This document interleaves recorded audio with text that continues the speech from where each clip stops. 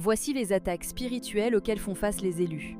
Pas pour te faire peur, mais pour te préparer et t'aider à comprendre ce que tu as vécu.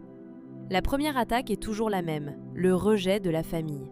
Tu as été placé dans cette famille pour un but précis, pas parce que tu leur ressemblais, mais parce que tu étais différent. Ta présence révélait ce que personne ne voulait voir. Alors très tôt, tu as été incompris, mis à l'écart, parfois trahi. Ce n'était pas une erreur, c'était le début de ta mise à part.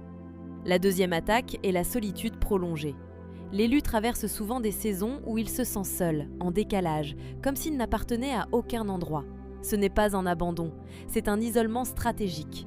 C'est dans ces moments que Dieu affine ton écoute, qu'il t'apprend à marcher sans dépendre des autres et à bâtir une relation solide, intérieure, enracinée.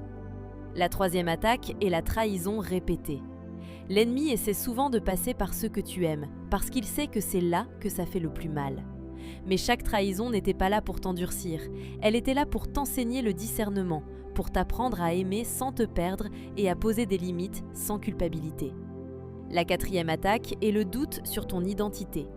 Tu finis par te demander si tu n'es pas le problème, si tu n'es pas trop sensible, si tu n'es pas en retard dans la vie.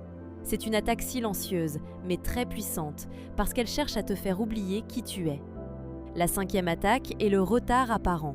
Tu vois les autres avancer plus vite, réussir plus tôt, être reconnus avant toi. Mais ce n'est pas un retard, c'est une préparation. Dieu ne précipite jamais ce qui doit durer, et il ne confie jamais une mission profonde à quelqu'un qui n'a pas été préparé dans le secret. Et maintenant, écoute bien ceci. Chaque attaque avait une limite. Chaque saison avait une fin, et aucune œuvre de l'ennemi ne peut dépasser ce que Dieu autorise. Ce que l'ennemi voulait utiliser pour te briser t'a fortifié.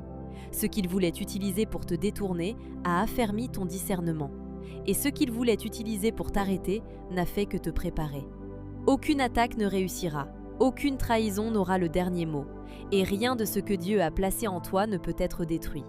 Tu n'es pas en train de perdre, tu es en train de traverser. Et ce que Dieu a commencé en toi, il l'achèvera.